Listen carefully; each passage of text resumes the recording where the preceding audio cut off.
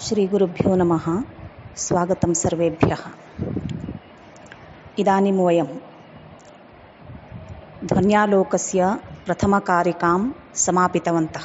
काव्यस्यात्मा ध्वनिरिति इत्यादि पद्यम्। इदानीं द्वितीयकारिकां प्रति गच्छामः। ध्वन्यालोके प्रारम्भे काव्यस्यात्मा ध्वनिरिति कारिकायाम् आनन्दवर्धनः काव्यस्य कश्चन आत्मा भवति, स च आत्मा ध्वनिः भवति, तस्य ध्वनेः लक्षणम् अग्रे ब्रवीमि इति उक्तवान्। एतदनन्तरं द्वितीयकारिकायां यस्याः ध्वनेः लक्षणमेव वक्तव्यमासीत्, परन्तु सहृदयश्लाघ्यस्य अर्थस्य द्वौ भेदौ इत्येव तेन कथ्यते। नाम अर्थस्य विवरणं क्रियते। एतस्य कारणं किम्?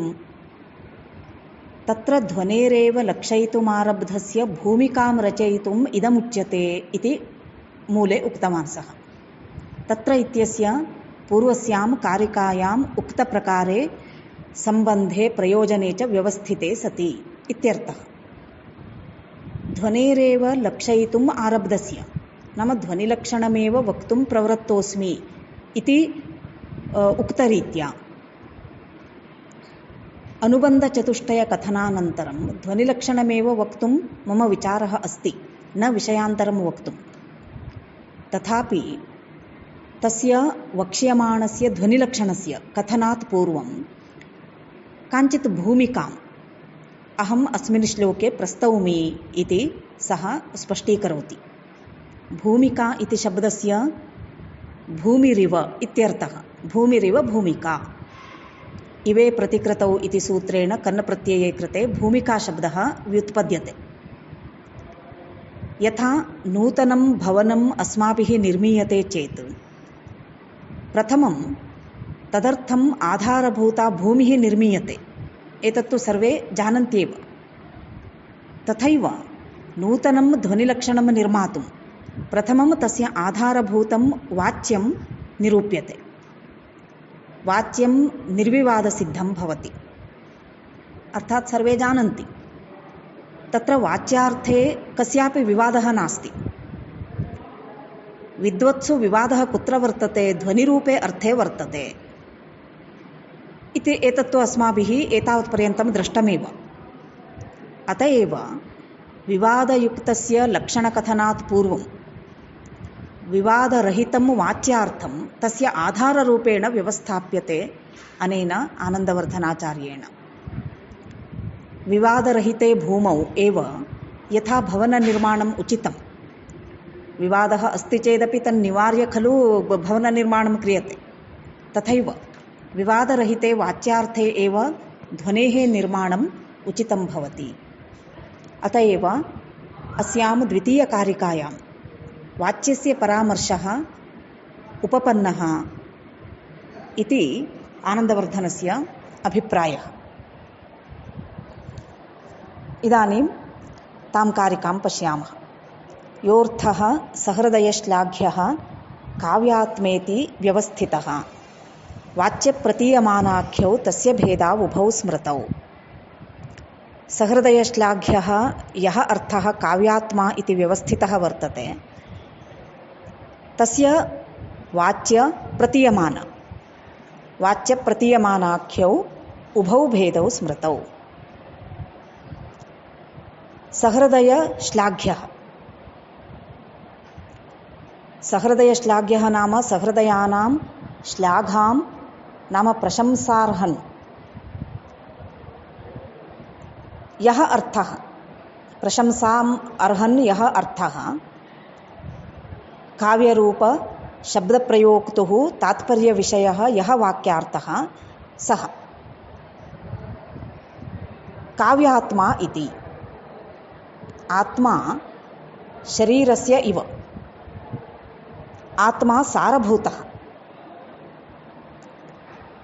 यस्य अर्थस्य समावेशे सः शब्दसन्दर्भः काव्यव्यपदेशयोग्यः भवति सः अर्थः आत्मा इति उच्यते। व्यवस्थितः, व्यवस्थापितः, तस्य नाम वाक्यतात्पर्यविषयीभूतस्य अर्थस्य वाच्यप्रतीयमानाख्यौ, वाच्य इति प्रतीयमान इति च आख्ये नाम नामधेये ययोः तौ उभौ नाम द्वौ भेदौ प्रकारौ स्मृतौ इति शब्दस्य अर्थः। एतस्याः एव कारिकायाः अर्थं ग्रन्थकारः वृत्त्या विशदयति। काव्यस्य हि ललितोचितसन्निवेशचारुणः शरीरस्यैव आत्मा साररूपतया स्थितः, सहृदयश्लाघ्यः यः अर्थः तस्य वाच्यः प्रतीयमानश्चेति द्वौ भेदौ इति। तत्र ललितोचितसन्निवेशचारुणः, ललितेन, अस्माभिः लोके लालित्यम् इति शब्दः प्रयुज्यते खलु। ललितस्य भावः एव लालित्यं। ललितेन गुणालङ्कारयोः उपस्कृतत्वात् सुन्दरेण इत्यर्थः। पुनः उचितेन, रसभङ्गहेतुः यत् अनौचित्यम् इति उच्यते। अनौचित्यमपि बहुविधं भवति। तेषु अन्यतमेनापि अनौचित्येन सहितं न स्यात्, नाम तद्रहितेन, अनौचित्यरहितेन। सन्निवेशेन, सन्निवेशः नाम सम्यक् निवेशः, सम्यग्रीत्या वर्णविन्यासः, तेन चारुणः सुन्दरस्य रमणीयस्य वा शरीरस्य आत्मा इव, यथा शरीरे आत्मा साररूपः भवति तथैव साररूपतया जीवनाधायकतत्वेन स्थितः, मुख्यतया तत्त्वरूपेण स्थितः इत्यर्थः। ध्वनिरूपः सहृदयश्लाघ्यः, सहृदयैः श्लाघ्यः, सहृदयानां प्रशंसा विषयः, सहृदयाः एतत् प्रशंसन्ति इत्यर्थः। यः अर्थः काव्यात्मकशब्दजन्यप्रतिपत्तिविषयः सहृदयश्लाघ्यः भवति, तस्य अर्थस्य वाच्यः नाम अभिधेयः, प्रतीयमानः व्यङ्ग्यः इति द्वौ भेदौ, उभौ प्रकारौ सम्भवतः इत्यर्थः। अत्र ललितोचितसन्निवेशचारुणः इत्यत्र ललितशब्देन गुणालङ्कारौ तयोः अनुग्रहं, नाम गुणालङ्काराः भवेयुः, तर्हि एव गुणालङ्काराः सन्ति चेदेव शब्दाः ललिताः भवन्ति, नो चेत् न भवन्ति। अतः ललितशब्देन अत्र गुणालङ्काराः गृह्यन्ते। उचितशब्देन रसविषयमेव औचित्यं भवति। वयं जानीमः यत् काव्यदोषाः इत्युक्ते काव्ये रसविघातकाः भवन्ति इत्यर्थः एव ग्राह्यः। तेन तादृशरसविघातकदोषशून्यत्वम् औचित्यं, रसविघातकाः दोषाः तत्र न भवेयुः। तेन उचितशब्देन किं गृह्यते? रसविषयम् औचित्यं। विभावानुभावव्यभिचारिसंयोगाद् रसनिष्पत्तिः इति यत् भरतोक्तं रससूत्रमस्ति, तत्र विभाव अनुभाव व्यभिचारी इत्यादि शब्दाः सन्ति खलु, तेषां सर्वेषामपि औचित्यं भवेत्। विभावस्य औचित्यम्, अनुभावस्य औचित्यं, व्यभिचारिणाम् औचित्यम् एवं। तर्हि रसविघातकाः न भवन्ति दोषाः। अतः उचितशब्देन किं गृह्यते? रसविषयम् औचित्यमेव गृह्यते। चारुणः इति काव्यविशेषणं।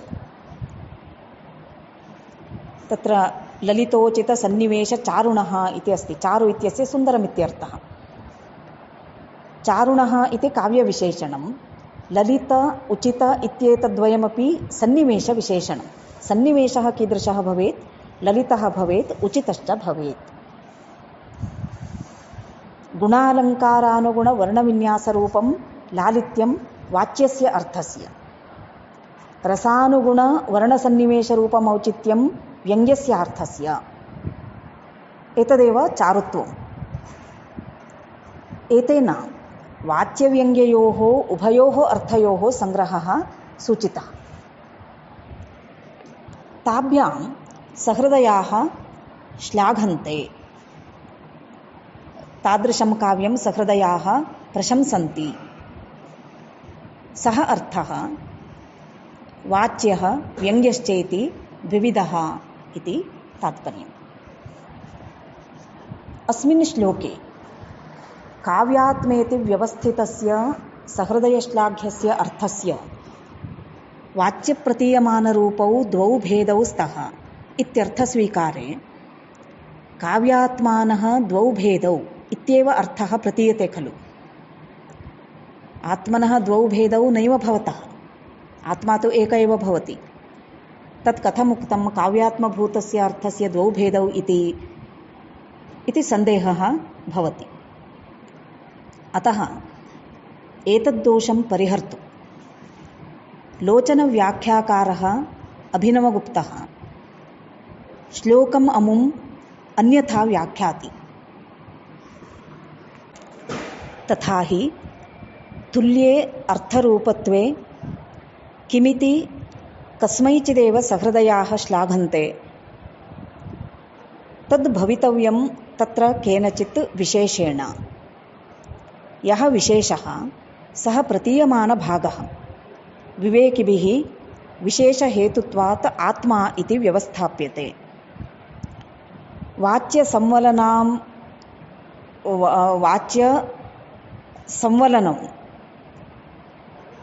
अविमोहितहृदयैस्तु वाच्यसंवलन अविमोहितहृदयैस्तु तत् पृथग्भावे विप्रतिपद्यते चार्वाकैः इव आत्मपृथग्भावे। अत एव अर्थ इति एकतया उपक्रम्य सहृदयश्लाघ्य इति विशेषणद्वारा हेतुम् अभिधाय अपोद्धारदृशा तस्य द्वौ भेदौ इति अंशौ इत्युक्तं। द्वौ भेदौ नाम द्वौ अंशौ इत्युक्तं, न तु द्वावपि आत्मानौ काव्यस्य इति। इत्येवं रीत्या अभिनवगुप्तपादैः काव्यस्यात्मा द्वौ भेदौ इत्यत्र व्याख्यानं लिखितम्। अस्य विवरणं यदस्ति तदग्रिमपाठे पश्यामः।